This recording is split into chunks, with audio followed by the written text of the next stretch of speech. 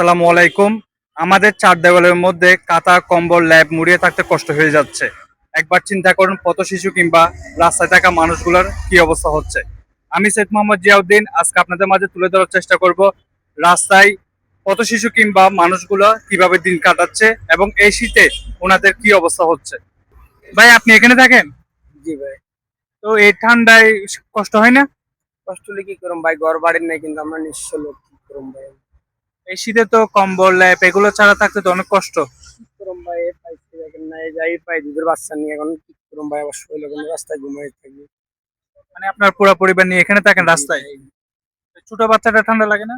ঠান্ডা লাগলে কি করুম ভাই, কেউ দয়া তো লাগে না, কিছু হচ্ছেন কয়টা বাতাল লাগে দিল, অনেক লোক অনেক কথা বলে, কি বলুম ভাই, আমার পরিবারটা অন্ধকার হয়েছে নি। এখন তার প্রস্তাব করা দিলে ভাই আমি লাগে, কিছু হচ্ছেন আপনি বিশেষ না হলে একটা 2 টাকা নোট দিয়ে দেখেন, বলে আপু এটা কয় টাকার নোট, কিছু হচ্ছেন। মানে আপনার ওয়াইফ অন্ধ? আমার ওয়াইফটা অন্ধাবাদ পিকনিক অবস্থায় গিয়েছি বুঝছেন, মানে আমি এমন একটা অবস্থায় আছি ভাই, একটা ঘন্টা কোথাও লুটতে পারি না, এই মানুষের কাছে ছায়া মায়া কোনো প্রকারের কাজ জীবনটা অবস্থায় গিয়েছি বুঝছেন। আপনি কিভাবে চলেন? মানে মানুষ সাহায্য?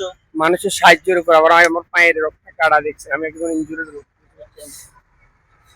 তো আপনাকে যদি কেউ সাহায্য করে আপনি খুশি হবেন? আলহামদুলিল্লাহ ভাই, আমি খুশি হবো, কেননা ভাই আমি নামাজ পড়ে দোয়া করুন, কেননা আমার বোরটা অন্ধ, যদি কেউ আমার সাহায্য করে, এই যে ওই যে পাপন টাপন আছে না, 500-1000 টাকা হইলো, আমি পাপন টাপন বিক্রি করে হইলো, আমার বাচ্চা টাচ্চারা নিয়ে আমি বাসা ভাড়া করে দেখতে পারি, আমি 500-1000 টাকা আঙ্কেল আমি মানে লাইনও করতে পারি না, কিছুই করতে পারি না বাজান। আপনারা তো সব শুনলেন আমাদের কত শত অভিযোগ। আমাদের এত কিছু টাকার পরও এই ভাইটির কথা শুনে আপনারা কি বুঝতে পারলেন? সো আপনারা নিজ নিজ জায়গা থেকে যে যতটুকু পারেন, এবং আমিও চেষ্টা করব আমি যতটুকু পারি সবাই মিলে এই ভাইগুলোর পাশে যদি আমরা যদি দাঁড়াতে পারি, তাহলে হয়তো একটু ওনারা স্বাচ্ছন্দ্যে থাকতে পারবে। ওনাদের চাহিদা কিন্তু খুব বেশি না। ওনারা জাস্ট একটু ভাতে কাপড়ে এই শীত মোকাবেলা করার জন্য জাস্ট একটু। না ভাই, আমি যদি আমার অন্ধ পরিবারটা নিয়ে ধরেন 1000-1500 টাকা দিয়ে একটা বাসা ভাড়া লই, ধরেন আমি 2-2,500 টাকা হইলে ভাই আমি কোনো প্রকারে মানে বাসাতে রাখি, ইজ্জত সহিতে কোনো রাখতে পারে না তো ভাই, কেউ কারণ নাই দুনিয়াতে ধরেন। আপনারা যথাসাধ্য চেষ্টা করবেন সাহায্য করার জন্য। আর যদি কিছু না পারেন তাহলে ভিডিওটা শেয়ার করে দিন, যাতে অনেক মানুষ দেখতে পারে এবং সেখান থেকে কোনো ব্যবস্থা হয় মতো। ধন্যবাদ সবাইকে। তো এই শীতে আমাদের চার দেওয়ালের মধ্যে থাকতে কষ্ট হয়ে যাচ্ছে। তো আপনার কি অবস্থা? আপনি কি এখানে থাকেন? আমি রাত্রে এখানে থাকি বাবা, যাই ঘুরি করে আসি। মানে আপনার কষ্ট হয় কিনা? কষ্ট তো হবে, যাই কষ্ট আছি না। কোনো সাহায্য বা কোনো কিছু পান?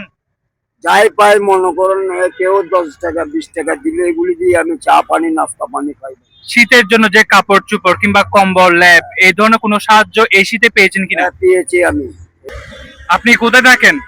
আমি কাজের আউট স্টেডিয়ামের ওইখানে থাকি। মানে রাস্তায় থাকেন? রাস্তায় থাকি। আচ্ছা, তো আপনার এই শীতে কিরকম? আমরা তো ঘরেই থাকতে পারতেছি না চার দেওয়ালে, আপনার কিরকম কি অবস্থা? এই যে আপনি দেখতেছেন না, আমরা হাত যে হাঁটতেছি গামছা, এই যে কোমর ব্যান্ডটা, তবে কি ধরবো, ভাত খাই নাই উপাইছে।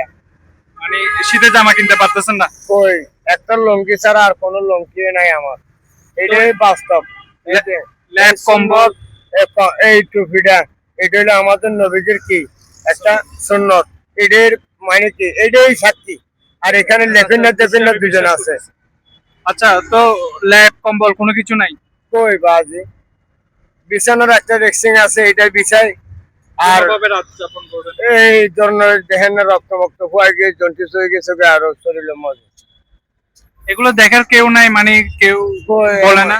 এমন তো আপন জন বলতে কারো যদি মায়া লাগে, এমন কি ওর হাতের মাঝে একটা দুইটা দিয়া জায়গা নাহারে পেট গামছা বাইন্দে হাইতে আছে।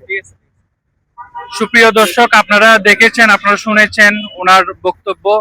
সো আপনারা যদি কেউ হেল্প করতে চান তাহলে আমার মাধ্যমে হোক কিংবা এখানে কাজী দেউরি, এখানে আসলে তো আপনাদের পাওয়া যাবে। হ্যাঁ, এখানে এসে আপনারা আলম। অনেকজনকে দেখতে পাবেন। আপনারা চাইলে কিংবা কোনো সংগঠনের মাধ্যমে আপনারা ওনাদেরকে সাহায্য করতে পারেন। আমরা ঘরের মধ্যে থাকতে পারছি না কম্বল জ্যাকেট পরে, ব্লেজার পরে, কিন্তু ওনারা দেখেন ওনার পরনে কিন্তু কোনো কিছুই নাই। এই শীতে থাকাটা অনেক বেশি কষ্টকর। একটা লুঙ্গি ছাড়া এই কিছুই নেই আমার কাছে, এই জামা এগুলি ছাড়া। আপনি আগে কি করতেন?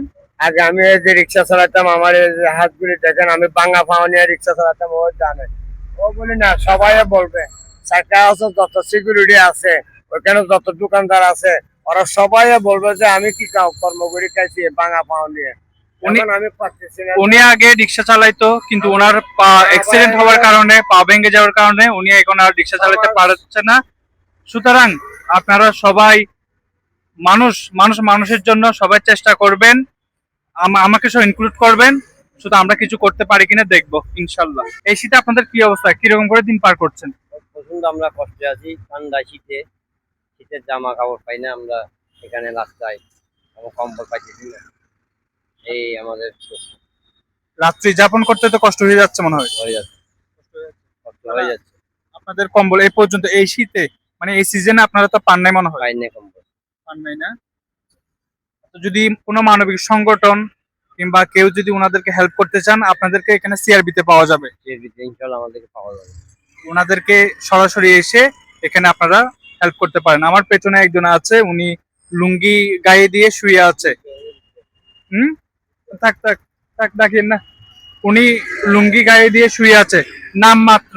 যেখানে কম্বলে কাভার করছে না, সেখানে লুঙ্গি দিয়ে তো কাভার হওয়ার কোনো সম্ভাবনা নাই। সো আপনারা যদি মানবিক কাজে শরিক হতে চান, হেল্প করতে চান, তাহলে এখানে আসতে পারেন, এখানে এসে ওনাদেরকে সাহায্য করতে পারেন।